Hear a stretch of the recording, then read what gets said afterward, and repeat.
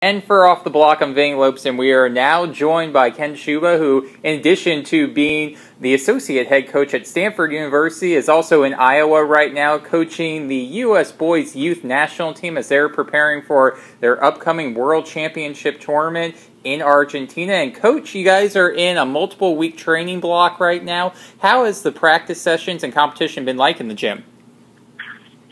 The practices have been unbelievably competitive, and we have had 24 really talented young men from all across the country, and I think we did a real good job between myself, Brad Keller, and Chris Burton in selecting the guys who could help us the best here. And certainly there's been some real nice players that we did not select, and we saw them at high performance championships, and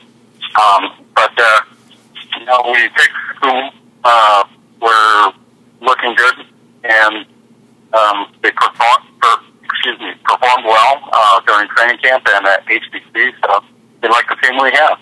Yeah. And looking at your team as a whole right now, what do you feel are going to be some of the strengths of your team going into the World Championships? Well, I think first and foremost, we're a very good serve and pass team. I think any coach you talk to is going to say that those are the two most important aspects of the game. And so I like what we are bringing to the court here. We serve very tough. I think we need to get a little bit better at float serving and float serve passing. But just looking at our main passers, we've got two great liberos in Joe Worsley and Matt Douglas, who we'll have to choose between. And our outside hitters are all quality ball control guys. So I'm hoping that will translate to what's happening down in Argentina, but I like where we're starting from. Yeah, and you mentioned earlier you've been really impressed with the level of play so far in this training session at your practices. Have there been, though, any players in particular who have really surprised you and have really stood out on the team? I don't know if surprise is the best word, but we like that we've had 24 guys step up. Yeah. We've had some new guys come into the gym and really impress us. Michael Wexter on the opposite has been dynamite. Kyle Ensing, who was with our training team last year but did not make the travel team, came back with a vengeance and is basically a beast on the right side. We're real happy to have both of those guys. I think Micah Ma'a, who has been playing as a hitter for most of Cologne High School, we completely made him a setter, and he is just so impressive right now. He's connecting with all our guys and playing with incredible intelligence.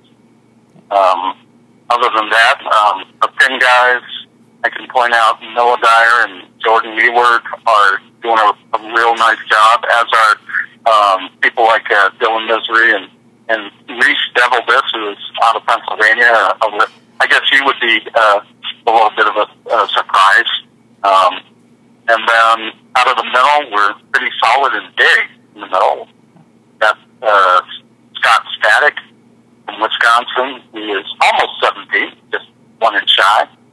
George Human from St. Louis, who is a young player, only played the sport for a couple of years, and 6'9", just showing great potential.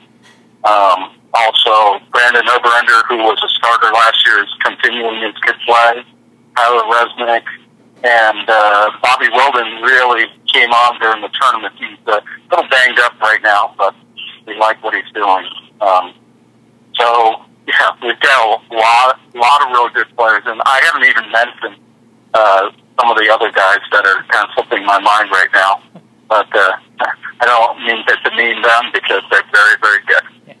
And Coach, you have a really good team, and just want to get your take, looking at the World Championships. I know a lot of people may not necessarily be too plugged into the youth international scene. So what are the expectations of Team USA when you go on down there, and do you guys feel like you have a legitimate chance to win a gold medal?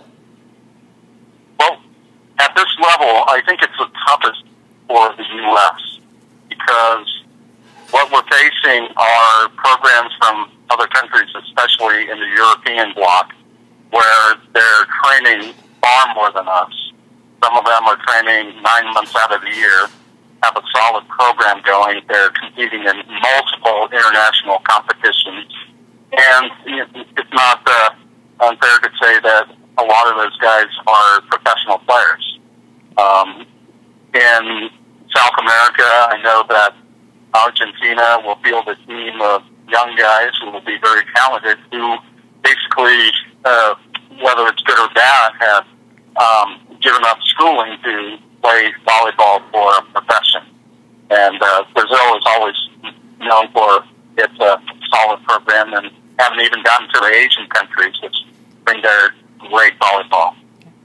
I think the challenge for us is we take a bunch of guys that train for a very short time during the summer, and we put them through whatever kind of competitions we can get at this point, and try to bond them together and play a really nice brand of volleyball, and try to see what happens down there.